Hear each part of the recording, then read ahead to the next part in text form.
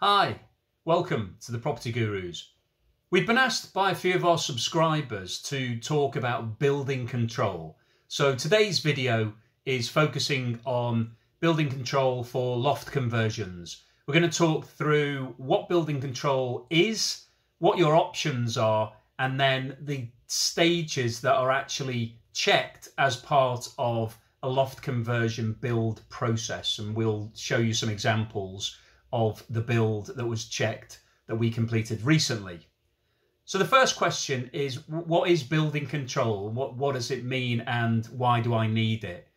So building control actually is an independent body separate to planning permission. So it's nothing to do with you needing to seek approval from the council for a build or anything like that. It's actually a body that checks that your build has been built correctly and meets current building regulations. So in the UK, we have certain rules and regulations around how you build certain projects.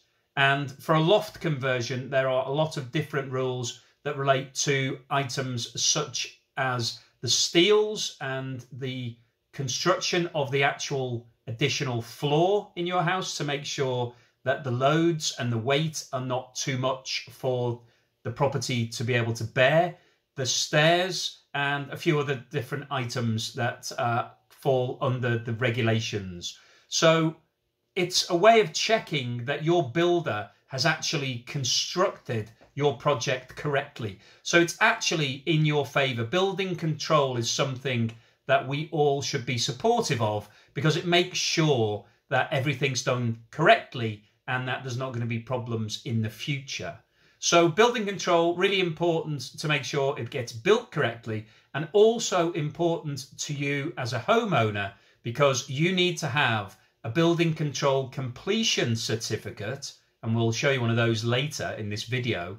But you need that certificate if you've done any building work in your property. When you come to sell your house, you'll need to provide to the solicitors a completion certificate that shows that it was built correctly and that building control signed off on the build and that they were happy that everything was done legally and correctly. If you don't have a building control completion certificate, you will have problems when you come to sell that property. So you absolutely need to do it both for peace of mind to make sure that you're happy that it's been built correctly, but also legally you won't be able to provide all the paperwork to your buyer when it comes to sell your property. So really important that you get building control in at the right stage and you get the paperwork done correctly. So what options do you have for building control? Well, in the past, it used to be the case that the councils were the only people who were allowed to sign off on any builds in their local area.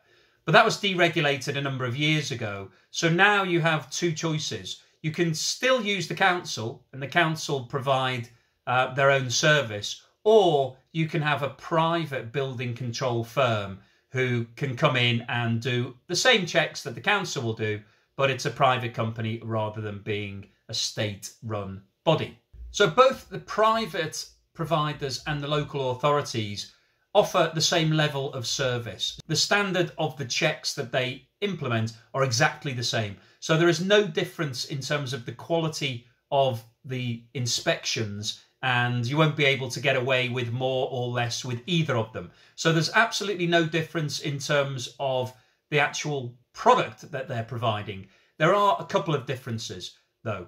The first is the price. So the local authorities will be cheaper than the private bodies. The private companies do tend to be more expensive. There's not a lot in it, but they do tend to charge more. So the local authority is cheaper. In terms of flexibility, some builders claim that they prefer to use private companies because they feel that the private companies have more flexibility. In our experience, we've not seen that. We think that local authorities generally provide a very good service. They tend to have a number of different building control officers on their payroll, and they tend to be quite flexible in terms of in our experience, if you phone on a certain day, you can usually get them to come out either the day after or within a couple of days to inspect your project. So we've not really seen any difference in the quality of the service from an availability point of view. Some builders prefer to use private companies because they build a relationship and they get friendly with certain officers. And there's pros and cons on that, because firstly, on the beneficial side, that means they generally have a good relationship and can get things signed off quickly and have a bit more flexibility. But the negative side of that relationship is that you want to make sure that the inspector is entirely independent and that there's no question of them approving anything that isn't 100% correct. If the builder's got a good relationship with somebody from a private firm, then obviously you need to make sure you're 100% happy that that relationship isn't influencing anybody's decisions and that everything is being done to the letter of the law. Because at the end of the day, doing things correctly and in line with the regulations is actually in everybody's interest. You want that as the homeowner. If you're selling your property, you want to make sure it's been done correctly for any future owners, and the builder should be doing it correctly as well. So it keeps everybody on the straight and narrow, keeps everyone on their toes, and makes sure that things get done right. So we found that the local authority is entirely independent. There is no question that they are influenced by the relationship with the builder. There is no profit in it for the local authority inspectors. They're not paid bonuses. They're not paid any sort of incentive. They are literally just paid their salary. So they are 100% independent. So from an independence perspective, we found that the local authority is totally independent.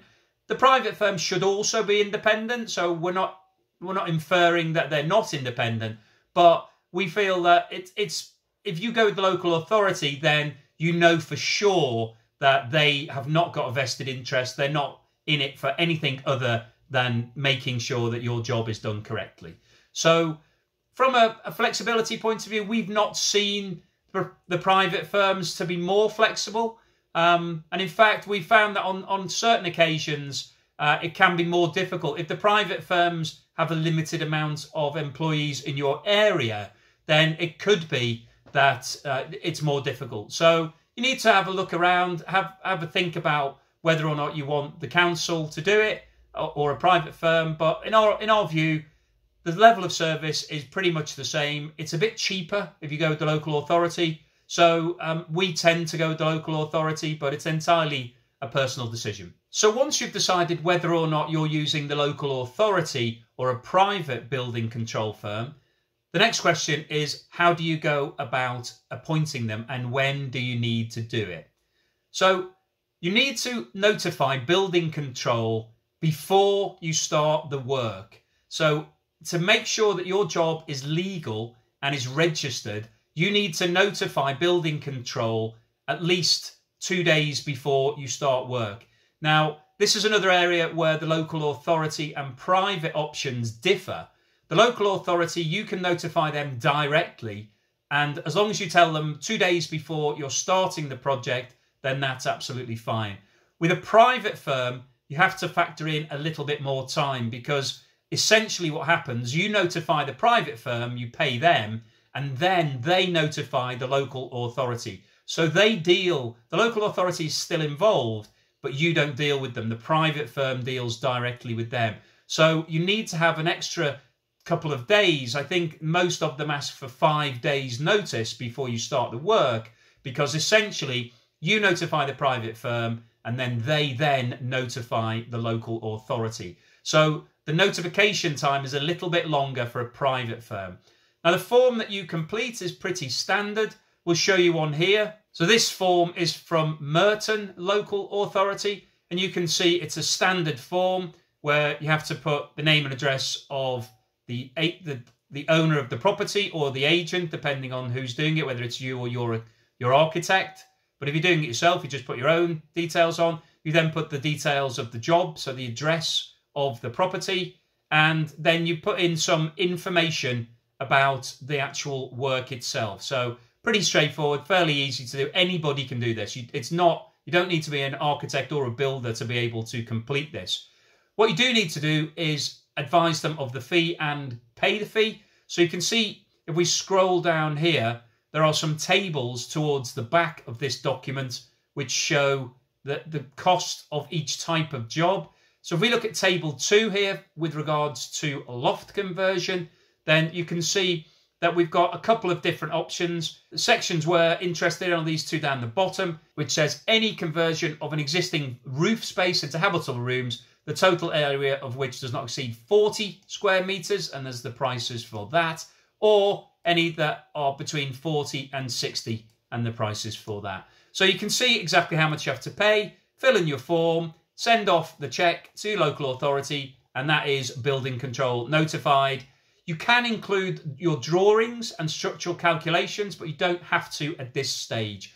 If you don't have them, if you're not ready, then they're still being prepared, then building control will ask you later to provide these. So you don't need to have your structural drawing and structural calculations at the point when you notify building control. You just need to be able to fill in this form, notify them what it is that you're doing, and pay the fee. Simple as that, really easy to do and totally doable for any homeowner. So that's the form completed. So what inspections do building control undertake for a loft conversion? Well, there are 4 stages that they inspect. So all 4 are critical to the success of your build. So you should be happy for them to be coming out and checking these things anyway. So let's have a look at those 4 stages. The first stage is the installation of your steel beams. The steel beams provide the structural support for the whole of your loft. Your new structure has to be supported by the steels that have been inserted into either the party wall or the existing walls or both. So once all of that steel structure is in place, building control come out and they check that firstly it's been built in line with your drawings. So you will have to have provided your drawings before this stage.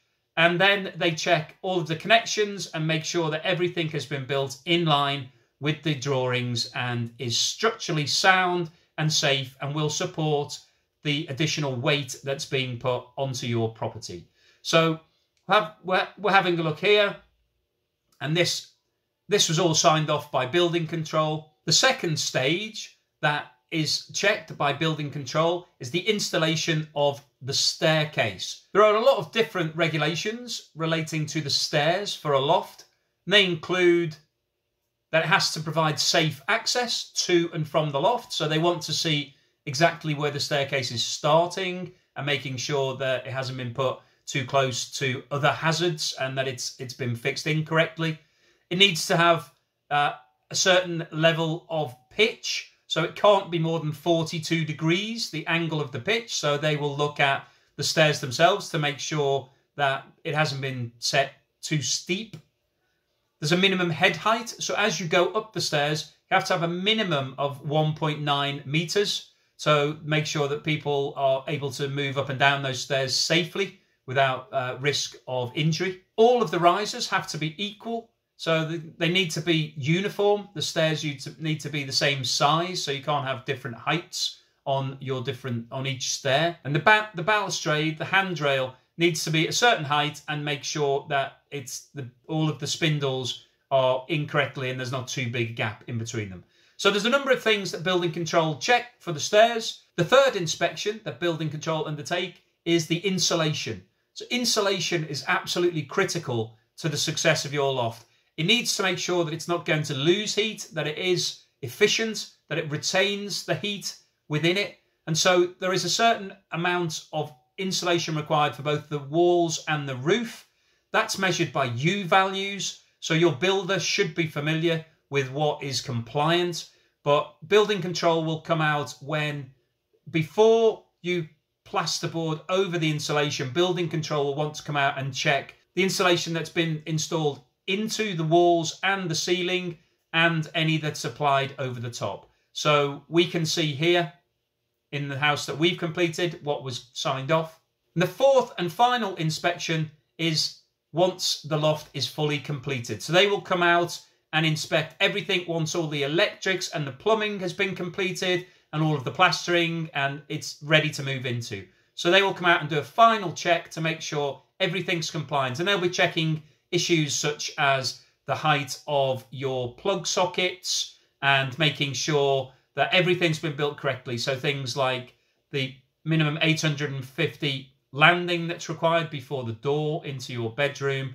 There are a lot of different issues that building control will check off. So once building control they've done their 4 inspections, they've signed everything off, they will then issue you with a completion certificate. And that is literally a very short letter that just says that in respect of the building work detailed, so it might be a loft conversion in this example, everything met the current regulations, and they will give you a signed headed letter which then forms part of your legal documents when you come to sell the property.